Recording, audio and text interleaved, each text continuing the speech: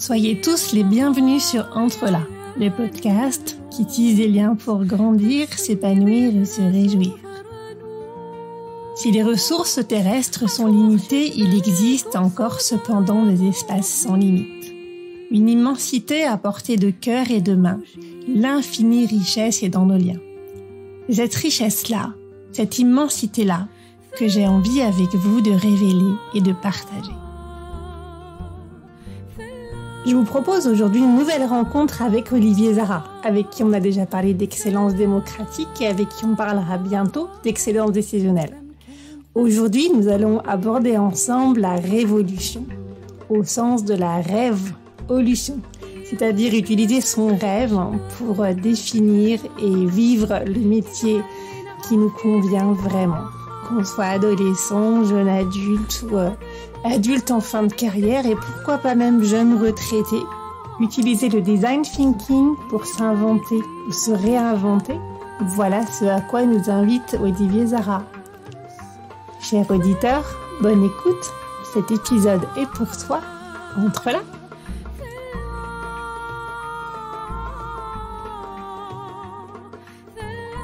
Bonjour Olivier, merci à toi d'être à nouveau avec nous aujourd'hui. Bonjour Gaël, je suis vraiment très heureux d'être avec toi et merci de ton invitation.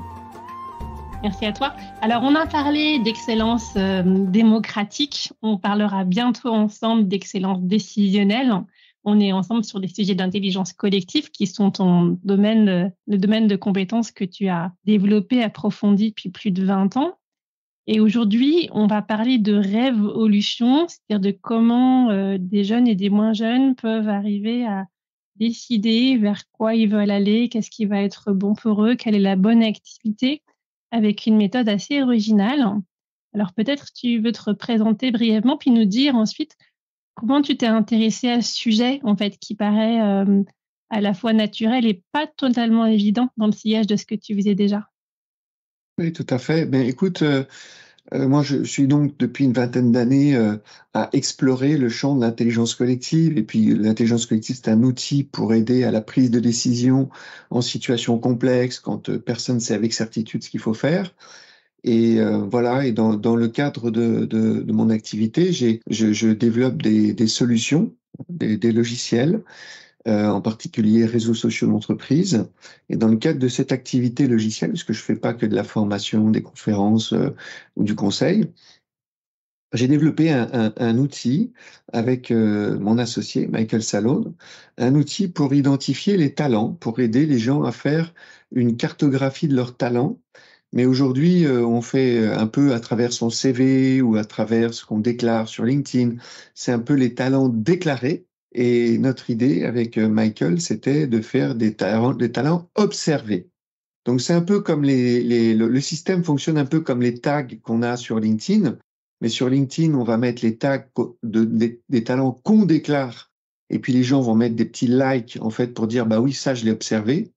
Et nous en fait, on a une plateforme qui est plutôt intra-entreprise. Donc, qui se déploie dans l'entreprise et qui fait que on va non pas mettre des likes sur des talents déclarés par des collègues, mais on va mettre des mots-clés, des tags, des mots-clés pour dire, bah voilà, j'ai travaillé avec telle personne, etc. Et c'est comme ça qu'on peut aller beaucoup plus loin parce que on va identifier des talents cachés.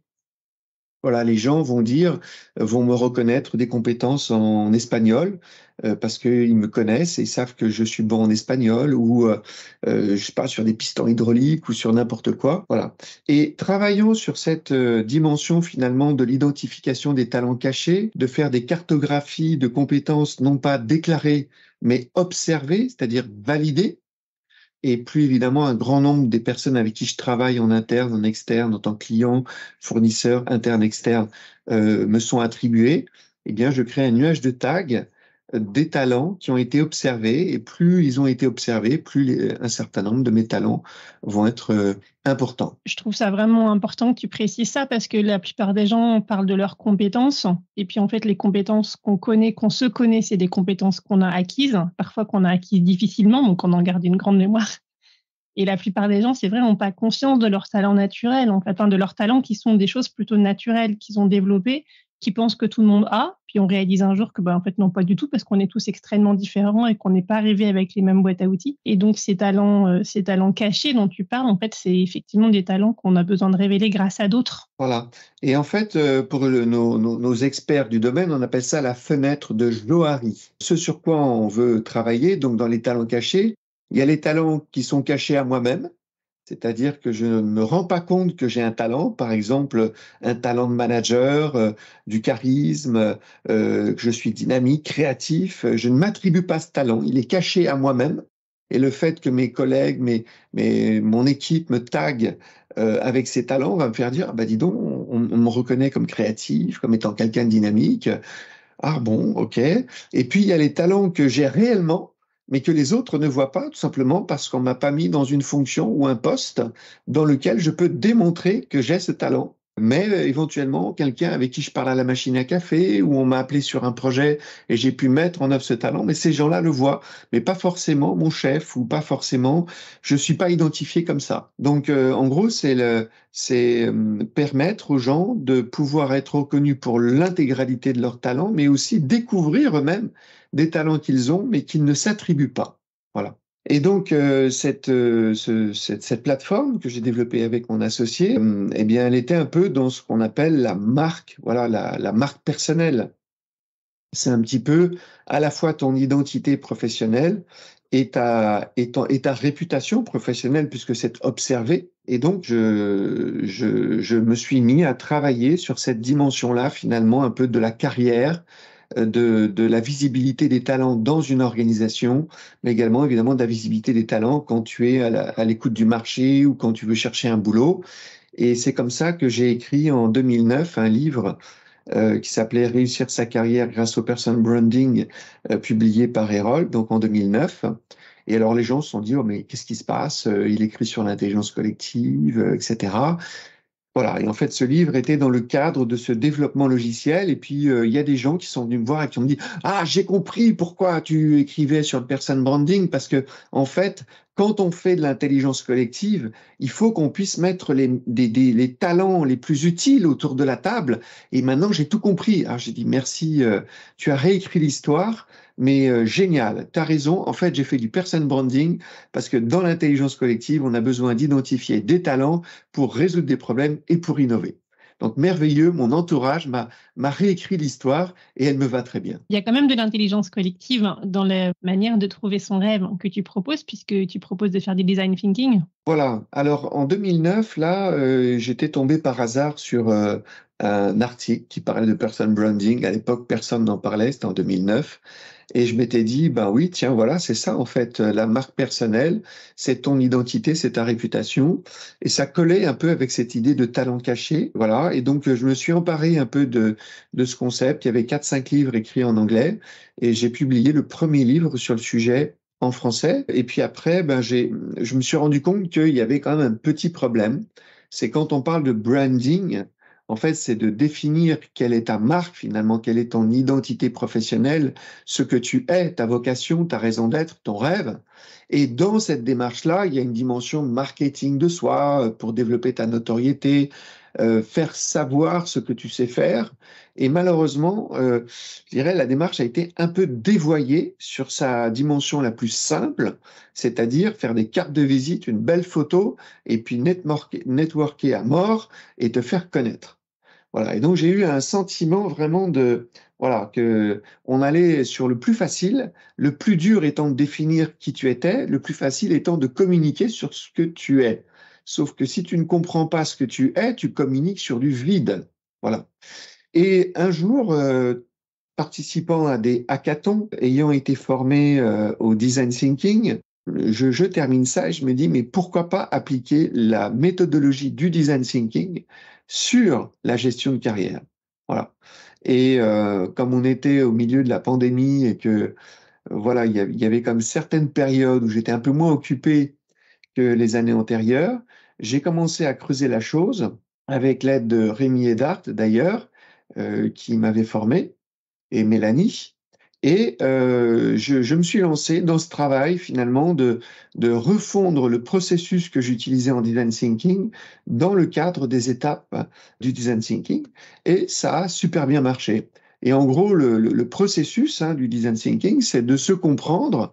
Donc c'est là où on trouve sa raison d'être, sa vocation, sa mission de vie, son rêve, de s'observer, donc de recueillir du feedback, de faire attention à ses biais cognitifs, à ses croyances limitantes, à ses peurs, aux normes sociales, puis de définir son besoin finalement en termes de rêve, mais aussi de talent, de valeur, de générer des idées à partir du rêve de métier qu'on pourrait faire, puis de prototyper ce métier dans un environnement par rapport aux industries qui me plaisent, de tester son identité et ensuite de l'implémenter. Et là, on tombe dans le marketing de soi. Voilà. Donc j'étais un peu vite, mais voilà, en gros, c'est les grandes étapes du design thinking. On essaye d'identifier, on va dire, sa vocation, son rêve, de prototyper un métier, de tester ce métier par rapport à son rêve, et puis ensuite de le déployer. D'ailleurs, pour ceux qui voudraient bien creuser la question, en fait, c'est un livre très didactique, pédagogique, avec plein d'humour comme d'habitude, qui existe, donc que chacun peut trouver très facilement partout, et qui explicite bien qu'on peut prendre en main, qu'on peut tester avec, pour soi, avec des jeunes, ouais, avec qui on veut, en fait. Voilà. Et après avoir terminé le livre, moi, j'étais persuadé que j'avais trouvé le Saint Graal. En plus, ça marchait super bien. Je l'avais un peu testé, c'était super. Et je me dis, bon, Olivier, quand même, par prudence, va dans Google et regarde s'il n'y a pas des gens qui ont déjà écrit sur l'application du design thinking à la gestion de carrière. Et là, j'ai subi une blessure narcissique majeure et j'ai découvert que depuis 2006, c'était mis en œuvre à Stanford, que c'était un cours qui était délivré par des professeurs de design thinking. Ça faisait depuis 2006, c'était le cours le plus populaire et il venait de sortir un livre l'année d'avant. Alors j'ai été un peu, bon voilà, c'était un peu dommage quoi. Je me disais, ouais, j'y suis le premier. Bon, j'étais pas le premier. Il y avait même un livre déjà publié, mais tant mieux, parce que c'est, comme on dit, le proof of concept. D'ailleurs, maintenant, ça s'est déployé sur Yale, sur Harvard. Donc maintenant, en gros, toutes les grandes universités américaines, le seul processus qu'ils utilisent pour aider leurs étudiants et leurs alumni pour avancer dans leur carrière, c'est le design thinking. Voilà. Mais c'est une approche très, très nouvelle, en fait, en France, au Canada. Enfin, tu as expérimenté, en fait, cette méthode autour de toi, auprès de jeunes, sans doute de moins jeunes, peut-être de personnes qui étaient en reconversion. Qu'est-ce qui t'a marqué? Qu'est-ce que tu as retenu? Qu'est-ce que tu aimerais nous partager sur toute cette expérimentation, toutes les mises en œuvre de la méthode que tu proposes? Alors, effectivement, d'ailleurs, le livre, c'était un processus de 2 mois, en fait, complet pour l'écrire, 2 mois à temps complet. Et comme c'était un peu expérimental, j'avais pas trop envie de sortir un livre. Et puis, en fait, c'était pas du tout expérimental, puisqu'il faisait depuis 2006 à Stanford, mais je le savais pas. Donc, je testais au fur et à mesure, je développais des outils. Enfin, je réinventais, entre guillemets, l'approche du design thinking sous un angle de gestion de carrière. Donc, en gros, le design thinking a quand même fait ses preuves. Voilà, hein. C'est pas une méthode révolutionnaire. Enfin, si, c'est nouveau, mais ça a fait ses preuves. Le proof of concept, on arrive à développer des produits, des services, à inventer des produits. Et là, l'idée, c'était de se réinventer ou de s'inventer si on est jeune, 17, 18 ans, de s'inventer. Et si on a 40 ans, crise de la quarantaine, 60 ans, proche de la retraite, de se réinventer. Donc, mais voilà, mais il fallait quand même un peu adapter le processus du design thinking parce qu'on n'est pas en train de développer des services ou des produits, mais d'aider une personne à s'inventer ou se réinventer. Alors, j'ai utilisé plusieurs cobayes, dont mes enfants. Et d'ailleurs, le déclencheur, en fait, de ce livre, je demande à mon fils, qui a, à l'époque, il a 16 ans, peut-être 15-16 ans, et je lui dis, Théo, qu'est-ce que tu veux faire? Et il me dit, je veux être astronaute. Et la veille, c'était Thomas Pesquet qui décollait. Bon, je vais voir ma fille, 14, et je lui dis, qu'est-ce que tu veux faire plus tard? Et elle me dit, je veux être architecte. Et je lui dis, mais pourquoi? et me dire, ah ben, je regarde une série en ce moment, et dans la série, il y a une avocate et une architecte, elles sont copines, et alors ça a l'air trop cool, machin, etc. Bon, là, j'étais effondré pendant 2 jours. J'ai dû prendre des anxiolytiques parce que je me suis dit, non, c'est pas comme ça qu'on choisit une vie entière professionnelle. C'est pas, oh, ils sont trop cool dans une série télé ou tiens, bah, c'est sympa les fusées qui décollent. Donc, comme j'étais quand même depuis 10 ans, hein, j'ai quand même fait 10 ans expert carrière, en particulier à l'ESCP Europe, j'ai quand même pratiqué un certain temps l'accompagnement professionnel et je me suis dit, ils ne connaissent pas leurs rêves. Voilà.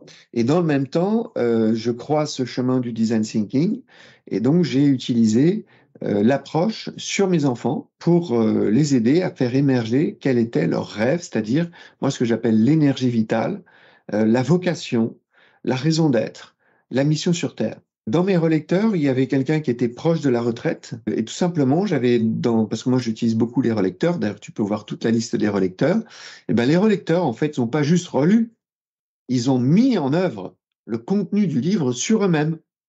Et c'était génial parce qu'il y en a qui disaient, bah, excuse-moi, mais ta technique de visualisation mentale, ça marche pas. Et un autre me disait, ah, ça marche super.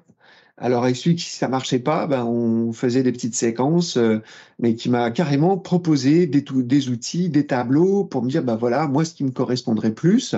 Donc, quelque part, j'ai appliqué la technique du design thinking dans l'écriture de mon livre sur le design thinking.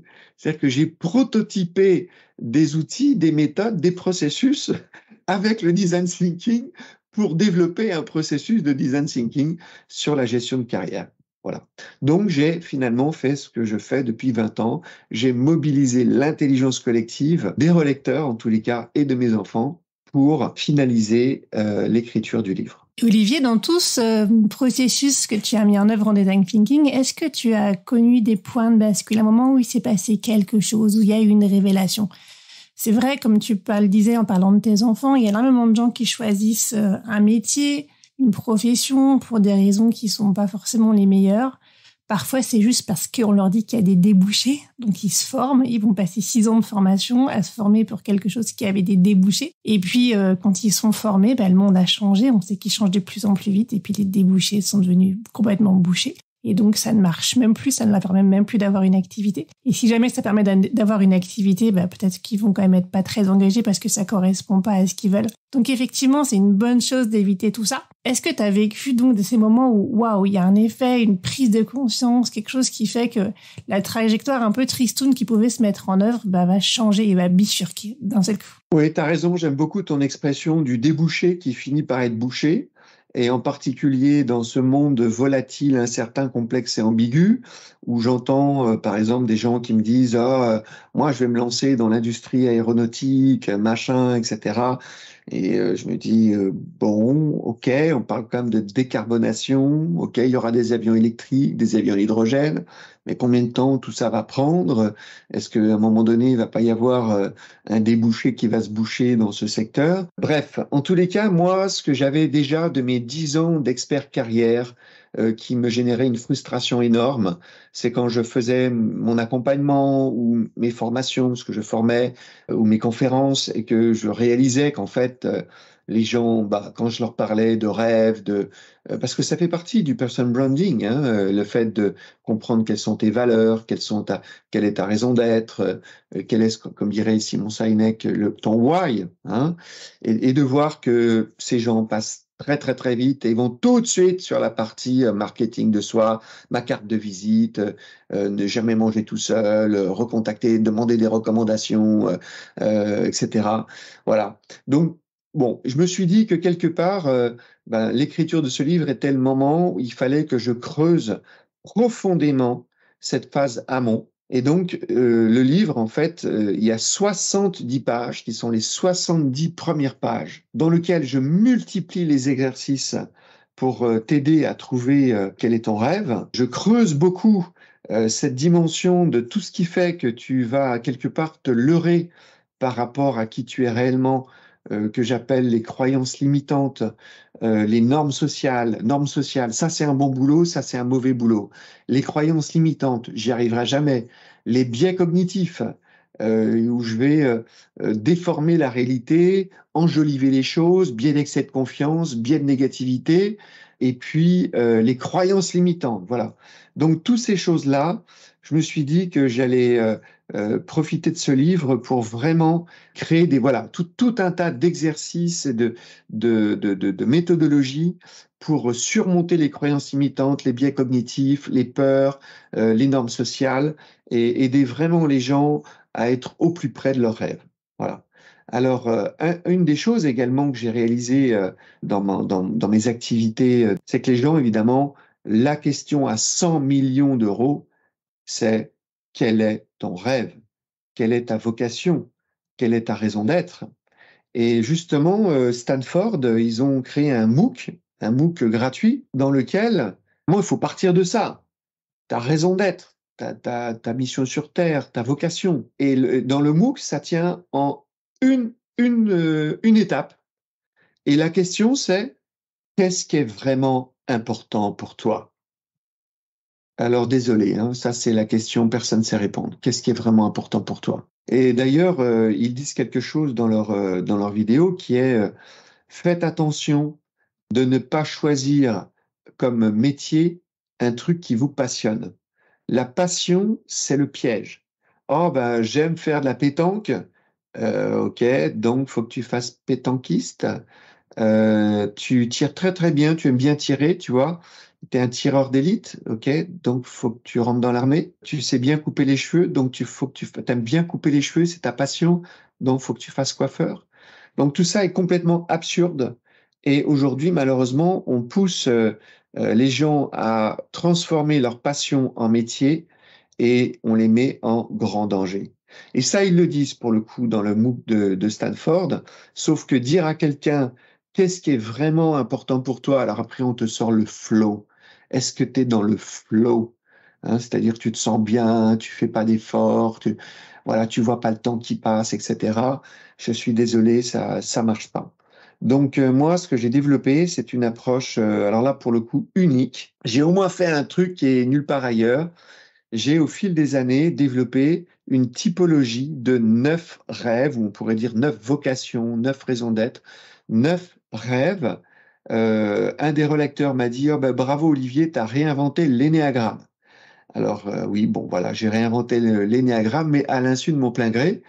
Et donc, pour aider les gens à trouver leurs rêves, j'ai fait une typologie de rêves. Si tu veux, je peux te la lister maintenant. Je trouve ça important ce que tu dis parce que déjà, effectivement, on a un accès tous assez limité à nous-mêmes parce que depuis qu'on est enfant, on nous exerce à observer ce que les gens veulent de nous, ce qu'il faut faire pour être accepté.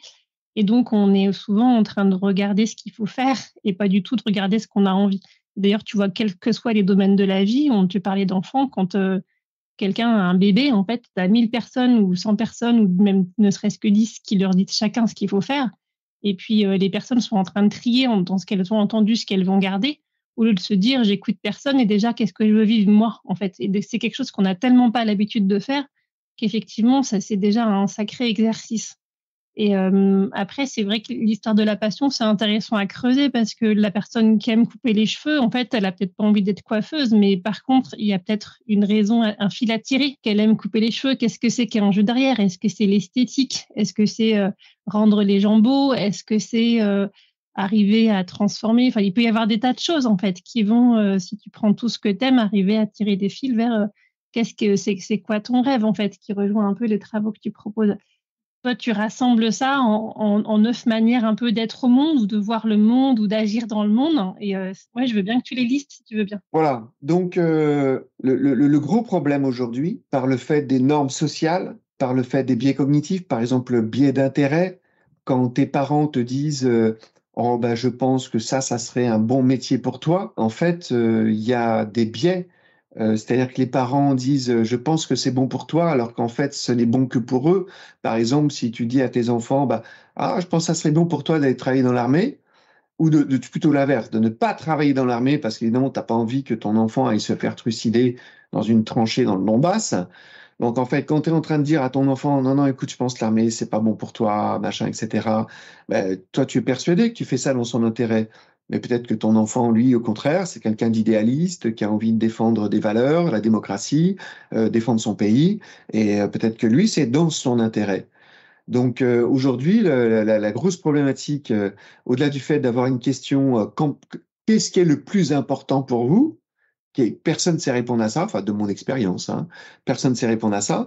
Puis de l'autre côté, tu as tes parents, ton entourage qui te dit oh, tu devrais faire ceci ou tu devrais faire cela. Tu as les entreprises qui vous disent ah, on embauche et alors là, vous aurez du boulot jusqu'à la fin de votre vie. Et à la fin, tu finis par faire le rêve de tes parents. Tes parents t'influencent, te disent c'est bon pour toi, regarde, norme sociale, ça c'est un bon boulot, norme sociale, ça c'est un mauvais boulot. Voilà. Et donc pour sortir de ça, pour sortir du fait d'arriver à 40 ans déprimé et découvrir que depuis 20 ans, on a accompli le rêve de ses enfants, de ses parents plutôt, eh bien, il faut avoir un process. Et donc, ce process est une typologie de 9 rêves que je vais lister comme ça, avec des verbes d'action. Donc, est-ce que ma mission sur Terre, ma raison d'être, mon rêve, ma vocation, c'est d'être un connecteur, relier, rapprocher, réunir? Est-ce que c'est d'être un explorateur, découvrir, observer, apprendre, enquêter, expérimenter, innover? Est-ce que c'est d'être un bâtisseur, entreprendre, moderniser, transformer, concevoir, construire des bâtiments, des objets? Est-ce que mon rêve, ça c'est le quatrième, être un gestionnaire, faire fonctionner, optimiser, organiser, administrer? Est-ce que c'est d'être un sauveur, rendre service, éclairer, guider, inspirer, d'être un embellisseur, rendre le monde plus beau, d'être un justicier, arbitrer, rendre le monde plus juste, d'être un protecteur, apaiser, soigner, harmoniser, surveiller, rendre le monde plus sûr, ou d'être un enchanteur, neuvième rêve, rendre les gens heureux, apporter de la joie. Donc ces 9 rêves, au passage, quelqu'un a fini par me dire, bah, tu sais, en fait, ça correspond aux 9 typologies de l'énéagramme. Eh bien, ils correspondent à des domaines d'activité et ils correspondent à des métiers. Donc, par exemple, connecteur, ça va être les métiers de recruteur, d'agent de voyage, de, de pilote, de personnel navigant. Quand ton rêve, c'est explorateur, tu vas être chercheur, aventurier, innovateur, pilote également, cinéaste, skipper, archéologue, bâtisseur. Eh ben, évidemment, ça va t'amener vers entrepreneur, artisan, architecte, politicien. Gestionnaire, ça va t'amener sur les métiers de fonctionnaire, de banquier, de logisticien, de qualiticien. Sauveur, ça va t'amener sur médecin, infirmier, consultant, journaliste, psychologue. Embellisseur, ça va t'amener sur décorateur, architecte, coiffeur, danseur. Justicier, ça va t'amener sur avocat, journaliste, juriste. Protecteur sur policier, militaire. Enchanteur sur tout le monde du spectacle, hein, acteur, artiste, etc. Oui, le fait de focaliser sur des actions plutôt que sur des métiers concrets, c'est qu'on a encore un champ de possibles assez vaste, alors que si on focalise déjà sur un métier, on a tout de suite des éléments de jugement. Est-ce que ce métier est bien, pas bien, acceptable, pas acceptable dans mon milieu? Et puis c'est extrêmement précis. Donc là, finalement, on ouvre des champs de possibles sur lesquels on va pouvoir converger ensuite. Voilà, aujourd'hui, on fait tout l'inverse de ce qu'il faut faire. Aujourd'hui, ce qu'on fait, c'est qu'on dit à des jeunes ou à des moins jeunes qui sont à 40 ans déprimés de découvrir qu'ils ont en fait réalisé le rêve de leurs parents, on leur dit bon, bah, finalement, tiens, on va te faire un bilan de compétences. C'est quoi les talents que tu as, qui sont en fait les talents du passé? Et aux jeunes qui sont au lycée, pour un peu le choix de la filière, hein, on leur fait dire bah, c'est quoi tes passions? Voilà. Donc, c'est quoi tes passions? Ou c'est quoi les trucs où tu es à l'aise, où tu es talentueux, ou bilan de compétences pour ceux qui sont un peu plus vieux. Et puis, une fois qu'on a fait la cartographie de tes talents, on va te dire, bon, bah, compte tenu de tes talents, eh ben, faut que tu fasses cette formation. Ingénieur, école de commerce, architecte, coiffeur, je sais pas quoi. Bon, donc tu fais la formation puisque visiblement tu as des aptitudes, des talents ou des passions sur le sujet. Et puis à un moment donné, maintenant ça y est, tu as ton diplôme et on te dit, bon, bah voilà, tu as fait une école d'ingénieur, donc maintenant tu as un diplôme d'ingénieur. Ou tu as fait une école de commerce, donc maintenant tu as fait architecte, tu as un diplôme d'architecte. OK, bon, maintenant il faut que tu te choisisses un métier. Alors évidemment, pendant tes études, tu réfléchis un peu au métier que tu pourrais faire, mais tant que tu fais des études, bah, tu te professionnalises. Et puis maintenant, ça y est, tu as ton diplôme. Bon, alors qu'est-ce que tu fais comme métier? Alors c'est sûr que bah, si tu es une école d'ingénieur, tu vas pas faire artiste, hein. Bon, s'il y en a qui le font, mais bon, bah, donc tu choisis un métier qui est compatible avec ton diplôme. Et puis après, eh ben, tu découvres que un jour, tu vas découvrir que tu te sens pas bien, que tu vas au boulot à reculons, et tu vas, ou peut-être pas, hein, mais en tous les cas, si à un moment donné, tu te sens pas bien, que tu te dis, mais est-ce que tout ça a un sens? Voilà. Est-ce que tout ça a un sens? Et pour avoir du sens, il faut savoir quelle est ta vocation, ton rêve ou ta raison d'être. Et en fait, tu as peut-être 30, 35 ans et tu ne le sais toujours pas. Donc là, tu vas découvrir que tu n'es pas en train de réaliser ton rêve. Malheureusement, tu vas repartir dans les mains d'un expert en outplacement ou d'un gestionnaire de carrière qui va te refaire faire un bilan de compétences. Plus tu vas te retrouver en face de recruteurs qui vont dire non, non, mais attends, tu as fait 10 ans directeur administratif financier, et là tu veux me dire que tu veux faire du marketing. Non, bah, faut arrêter de rêver là, hein. Faut arrêter de rêver. Donc, tu es dans une case et tu te retrouves un peu comme ton débouché, c'est le boucher. J'adore ton expression, Gaël. Voilà. Alors, comment il faudrait faire pour prendre les choses dans le bon ordre? Eh bien, prendre les choses dans le bon ordre, eh bien, c'est de découvrir quel est ton rêve, et si possible à 17 ans plutôt qu'à 40 ans, plutôt à 40 ans qu'à 60 ans quand tu arrives au bord, à la retraite, épuisé, lobotomisé, parce que finalement, tu t'étais en énergie négative, en fait. Voilà, c'est ça que les gens, en fait, même s'ils sont bien avec leurs collègues, bon, le boulot n'est pas inintéressant, à la fin, quand tu ne réalises pas ton rêve, quand tu ne mobilises pas ton énergie vitale, hein, quand tu rentres le soir à la fin de la journée plus fatigué que tu ne l'étais au début, c'est que tu n'as pas accompli ton rêve. Quand tu accomplis ton rêve, tu démarres ta journée et à la fin de la journée, tu as le même niveau d'énergie. Donc j'invite tous ceux qui nous écoutent à répondre à cette question, parce que moi, c'est mon cas en tous les cas et tous les gens que je connaisse qui accomplissent leurs rêves. J'ai un grand secret à vous révéler. Quand vous réalisez votre rêve, hein, c'est Confucius, fais un métier que tu aimes et tu ne travailleras pas un jour de ta vie. Et ça signifie que quand tu démarres ta journée le matin, tu as un niveau d'énergie et quand tu termines ta journée, tu as le même niveau d'énergie. Si ce n'est pas le cas, eh bien, vous avez un indicateur du fait que vous n'êtes pas en train de réaliser votre rêve.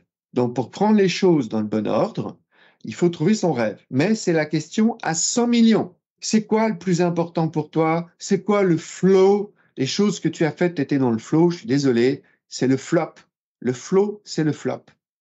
Donc là, moi, j'ai cette typologie-là, j'utilise depuis des années en coaching, en formation. Et l'idée, c'est sur les 9 rêves, d'en identifier 2 ou 3. En général, sur 9, les gens en identifient 2 ou 3.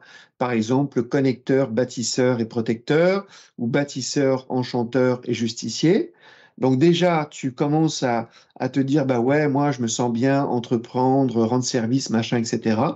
Une fois que tu as trouvé ton rêve, tu te dis, bon, bah, finalement, quand je regarde, par exemple, pour gestionnaire, bah, ça peut me mener au métier de comptable, auditeur, fonctionnaire, consultant, banquier, administrateur, logisticien, qualiticien, politicien, inspecteur. Est-ce qu'il y a un métier qui me fait plus vibrer qu'un autre? Et puis, une fois que tu as prototypé le métier qui te convient par rapport à ton trait de caractère, par exemple, si tu es quelqu'un de peureux, évidemment, faut pas faire militaire. Si tu as peur du sang, faut mieux pas faire infirmier ou médecin. Donc tu prototypes un peu le métier qui correspond à tes traits de caractère, à ton tempérament. Par exemple, si tu veux travailler dans le nucléaire, mais que tu es au Québec et que tout est hydroélectrique, bon bah c'est peut-être pas le bon métier de faire ingénieur nucléaire au Québec. Peut-être que ça a beaucoup plus de sens en France. Donc tu prototypes un peu le métier qui te plairait par rapport à tes traits de caractère, le pays où tu vis, et puis aussi tes talents. Voilà, si tu es nul en maths, peut-être tu pourras pas faire ingénieur, mais tu pourrais faire un autre métier qui te permettra d'être gestionnaire. Et une fois donc que tu as trouvé ton rêve, ton métier, eh ben là, tu cherches une formation. Et tu fais cette formation en fonction du métier qui va te permettre de réaliser ton rêve. Et tu es d'autant plus motivé pour faire cette formation parce que tu sais exactement quel métier tu veux faire et tu sais que ça va te permettre d'accomplir ton rêve. Alors évidemment, dans tout ce que je viens de dire. Donc ça, pour moi, ça, c'est le processus idéal. Et évidemment, on a besoin d'un bilan de compétences quand on va faire le choix du métier. Tu vois, tu as trouvé que tu voulais être gestionnaire. Tu choisis des métiers. J'ai parlé de tempérament. Mais il faut aussi que tu aies les talents. Et c'est là où moi je dis pas, ouais, le bilan de compétences c'est nul, demander aux gens quels sont leurs talents, c'est nul. Mais je dis, c'est là qu'il faut le faire. Il faut pas que le bilan de compétences soit le point de départ de tout le reste. Le bilan de compétences, il est juste là pour valider que tu as choisi un métier dans lequel tu as du talent. Et là, on arrive un peu, excuse-moi, je vais faire juste une petite aparté avec ce qu'on appelle l'ikigai. Et l'ikigai, Oui. c'est important parce que, tu vois, dans ce processus, je choisis mon rêve, je choisis mon métier, ce métier me conduit à choisir une formation et à la fin de la formation, ben, j'aurai la compétence pour faire le métier qui me permettra d'accomplir mon rêve. Mais le métier que tu vas choisir, il doit être désirable, désirable dans le sens où c'est ta vocation, et il doit être faisable parce que tu as les talents. Et c'est là où on a besoin quand même de savoir quels sont tes talents en termes de tempérament, de savoir-être, de savoir-faire. Mais il faut aussi qu'il soit rentable. Donc, si tu veux faire artiste, mais que, alors c'est ta raison d'être, ce qu'on appelle enchanteur, c'est faisable parce que tu fais rire tout le monde. Mais c'est pas forcément rentable parce que t'es drôle, mais t'es pas forcément beaucoup plus drôle que les 17 000 personnes qui veulent faire comique dans le machin. Voilà. Donc, quelque part, ton métier, c'est un tabouret. Métier, c'est la planche en bois sur laquelle tu t'assois. Et cette planche en bois, il y a 3 pieds. Est-ce que c'est désirable? Est-ce que c'est ton rêve? Est-ce que c'est faisable? Est-ce que tu as les talents? Et est-ce que c'est rentable? Est-ce que tu vas gagner ta vie? Ou est-ce que tu vas finir sous les ponts à jouer de la guitare? Voilà. Donc, c'est dans cette phase, dans ce processus que tu identifies 1, 2, 3 rêves qui te permettent de trouver 1, 2, 3 métiers que tu vas passer au crible de oui, il correspond à mon rêve, oui, je peux le faire, je suis talentueux, oui, c'est rentable. En même temps, il y a des gens qui sont prêts à, euh, à vivre très chichement, on va dire, hein, très sobrement. Pourquoi pas, hein, si tu es prêt à vivre avec 600, 700 euros par mois, eh ben, c'est un bon métier pour toi, hein. Il y a des gens qui s'intéressent pas à l'argent et on va pas critiquer ça. Et une fois que tu as trouvé un métier tu choisis une formation qui correspond à ce métier. Voilà le processus qu'on devrait suivre. Et aujourd'hui, on fait tout l'inverse. On te fait suivre une formation. Ensuite, tu choisis un métier et un jour, tu découvres que c'était pas ton rêve. L'intérêt aussi qu'il y a à partir de ses talents et de qui on est en profondeur, donc de trouver son identité, c'est qu'on va arriver sur le marché avec un métier que d'autres feront peut-être, mais qui feront sans doute un petit peu différemment. Ainsi, on est moins comparable, on est moins remplaçable et on est beaucoup moins en rivalité, en compétition avec les autres. C'est un petit peu ce qu'on fait quand on fait du marketing de l'offre dans une entreprise où on part de l'ADN de l'entreprise, comme on aime dire, en tout cas de sa raison d'être. Et à partir de ça, on travaille avec l'Ikigai ou un processus du même type qui permet d'arriver à quelque chose qui va être singulier, qui va être beaucoup moins comparable, beaucoup moins remplaçable, et donc beaucoup moins en concurrence, beaucoup moins dans cette pression de la rivalité. Oui, tout à fait. Tout à fait. Et d'ailleurs, en fait, c'est ce qui m'est arrivé à moi, parce que sur les 9 typologies de rêves, il y en a vraiment qui sont repoussoires. Vraiment, il y a des choses, non, non, non, non, non, non, non, je ne veux pas de ça. Tu vois? Et d'autres, voilà, 1, 2, 3, en général, c'est 2 ou 3. Voilà. Et ces rêves, en fait, donc tu as entre 1, 2 ou 3, et plutôt 2 ou 3 énergies vitales. Et ces énergies vitales, elles peuvent se hiérarchiser au fur et à mesure de ta vie, tu vois. Donc, par exemple, tu peux avoir un côté bâtisseur, qui signifie entrepreneur, machin, etc., mais qui demande beaucoup d'énergie. Et peut-être qu'arrivé à 40, 45 ans, bah, tu avais aussi un rêve enchanteur, tu vois, qui était un peu ce que tu faisais dans tes loisirs ou un peu à la marge, ou en tous les cas en bâtisseur. Tu avais choisi une entreprise qui était pas trop loin du métier d'enchanteur, donc tout le monde du divertissement. Mais tu peux à un moment donné dans ta vie te dire, bon, bah voilà, j'ai un peu moins d'énergie maintenant, j'ai envie finalement de mettre mon énergie sur d'autres énergies et quelque part avoir des évolutions de carrière, tout simplement en hiérarchisant différemment tes énergies vitales. Parce que pour moi, on n'a pas une seule vocation. On a une, deux ou trois vocations. Et pour aller dans le sens de ce que tu dis, donc d'abord, voilà, c'est pas à vie, hein, c'est pas le métier à vie. Hein, moi, j'ai été directeur administratif et financier. Ensuite, j'ai été consultant en management sur des basiques du management. Après, bon, j'ai fait plein de choses. Donc, on peut faire plusieurs métiers. Dans la dernière de couverture de mon livre, bon, je sais que c'est un peu du marketing pour que les gens l'achètent. J'ai mis que dans un monde en pleine transformation où règne l'instabilité et l'incertitude, la sécurité de l'emploi consiste à trouver son rêve. Je crée une équation très simple, trouver son rêve égale sécurité de l'emploi. Et la raison est simple, c'est que plus on est proche de son rêve professionnel, alors on met de côté le rêve personnel, hein, parce que mon fils, quand je lui ai dit, bon, c'est quoi ton rêve? Et il m'a dit être sur ma console de jeu, jouer toute la journée, et puis quand je serai plus grand, boire des pina coladas au bord de la plage, et de temps en temps aller faire du surf. Donc, en gros, plus on se rapproche de son rêve professionnel, donc on met donc de côté le rêve personnel, qui est en gros de s'amuser, de ne pas travailler. Un rêve personnel, c'est une ambition pour soi-même. Un rêve professionnel, c'est une ambition pour le collectif. Quand on dit rêve professionnel, c'est mon cher ami, que veux-tu faire pour le collectif? Quelle est l'énergie vitale dont on parle? Tu veux la mettre au service du collectif pour faire quoi? Le rêve personnel, c'est l'énergie que tu mets à ton propre service, boire, manger, t'amuser. Et le rêve professionnel, c'est l'énergie que tu mets au service des autres. Que veux-tu faire pour les autres? C'est ça un rêve professionnel. De quoi, quelle est ta vocation pour servir les autres, pour être utile aux autres?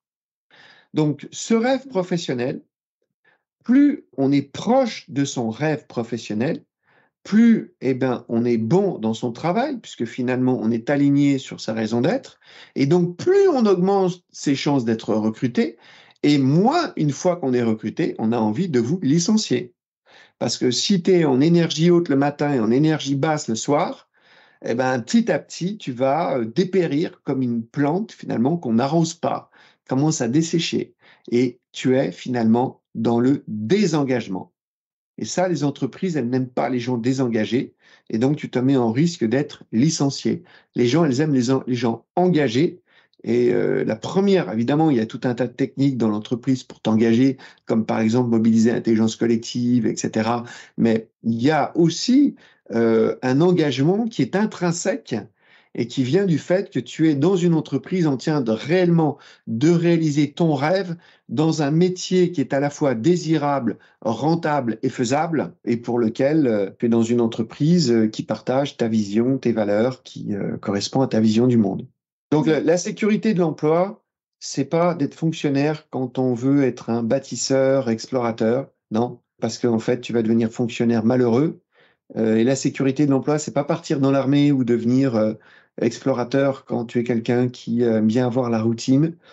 Donc le rêve, il faut le trouver. Oui, le rêve, il faut le trouver, parce que sinon on prend un risque, celui de vivre la métamorphose de Kafka, et c'est jamais une belle aventure. Ah, je te remercie Gaëlle de faire prendre un peu de hauteur à ce podcast où j'étais en train un peu de m'engluer dans des trucs un peu basiques. Kafka, là, je suis tout à fait d'accord. Je rappelle l'histoire, pour ceux d'entre vous qui n'auraient pas lu le livre encore, Le Métamorphose de Kafka raconte l'histoire d'un représentant de commerce, je crois que c'est son métier, qui a une vie de cafard, en fait une vie triste au possible, et qui un jour se réveille, il est devenu un cafard.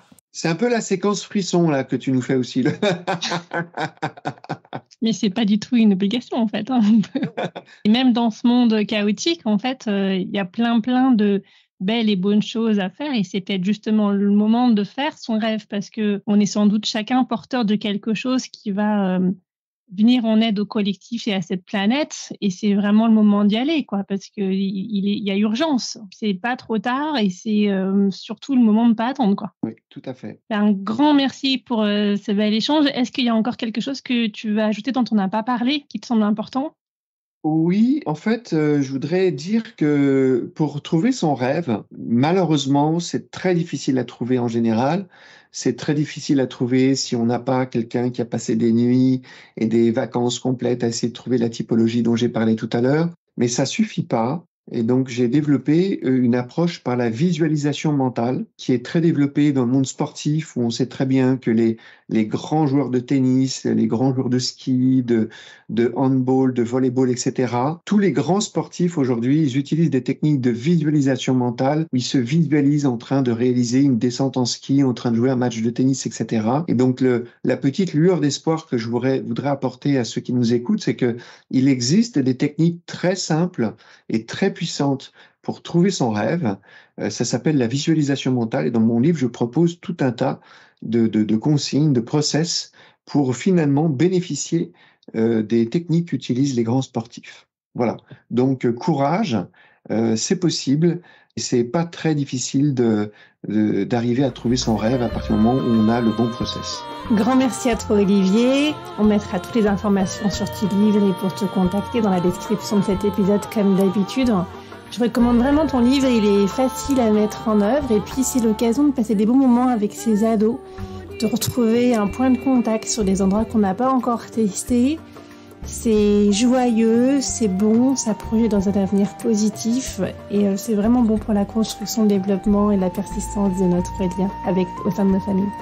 Tout à fait. Et c'est la raison d'être d'ailleurs de ce livre que j'ai écrit, comme je le disais tout à l'heure, pris d'un mouvement de panique en voyant que mes enfants voulaient faire des métiers qui correspondaient à ce qu'ils avaient vu à la télé la veille.